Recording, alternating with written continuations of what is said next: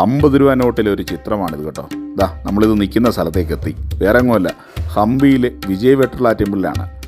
നിൽക്കുന്ന നിപ്പ് കണ്ടില്ലേ, എന്താണല്ലേ. കല്ലിൽ തീർത്ത ഈ രഥം നോക്കിയേ, 50 രൂപ നോട്ടിൽ അങ്ങനെ തിളങ്ങി നിൽക്കുന്നു. ഈ രഥത്തിനൊരു പ്രത്യേകത കൂടിയുണ്ട് കേട്ടോ. സൂക്ഷിച്ചു നോക്കിയാൽ നമുക്ക് കാണാൻ സാധിക്കും. അതായത് അതിൻ്റെ മുമ്പിൽ കാണുന്ന 2 ആനകൾ, ഇത് പണി കഴിച്ച കാലത്തെ ആനകളല്ലായിരുന്നു, ഇവിടെ കുതിരയായിരുന്നു. പുറകിൽ സൂക്ഷിച്ചു നോക്കിയാൽ കാണാം ആ കുതിരയുടെ വാല്. ഇത് ആ സമയത്തെ യുദ്ധകാലത്ത് ഈ കുതിരകൾ തച്ചുടച്ചിരുന്നു. അതിനുശേഷം ആനകളെ അവിടെ വെച്ചിരിക്കുകയാണ്. എന്തായാലും നല്ല അടിപൊളി കാഴ്ചയാണ് കേട്ടോ നമുക്ക് ഇവിടെ നിന്ന് കിട്ടിയത്. ഇത് മാത്രമല്ല, നിരവധി കാഴ്ചകളുണ്ട്.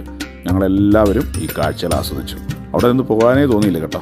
7 ലെയറുകളായിട്ടാണ് ഈ രഥത്തിൻ്റെ നിപ്പ്. ഒറ്റക്കല്ലല്ല കേട്ടോ, 7 ലെയറാണ്.